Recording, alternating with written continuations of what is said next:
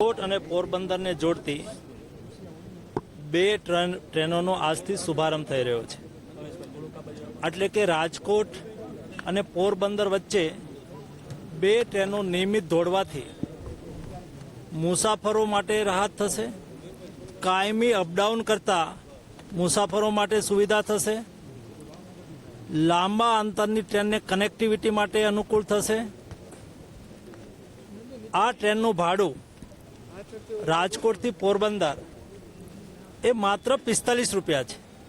સામાન્યતઃ પોરબંદરથી રાજકોટ આવવા માટે 300 રૂપિયા લક્ઝરી બસમાં ભાડું થતું હોય છે, તો ભાડામાં પણ રાહત થશે અને હાઈવે પર ટ્રાફિકની સમસ્યાઓનો પણ રેલવે સુવિધા વધવાથી રોડ ઉપરનું કન્જેશન ઘટશે, એટલે મુસાફરોને પણ રાહત અને સુવિધા થશે। આ ટ્રેન માટે થઈને હું ભારત સરકારના રેલવે મંત્રી શ્રી અશ્વિનીજીને અભિનંદન પાઠવું છું અને માનનીય વડાપ્રધાનનો આભાર માનું છું। એનડીએની બહુમતી અત્યારે 163 બેઠક અત્યારે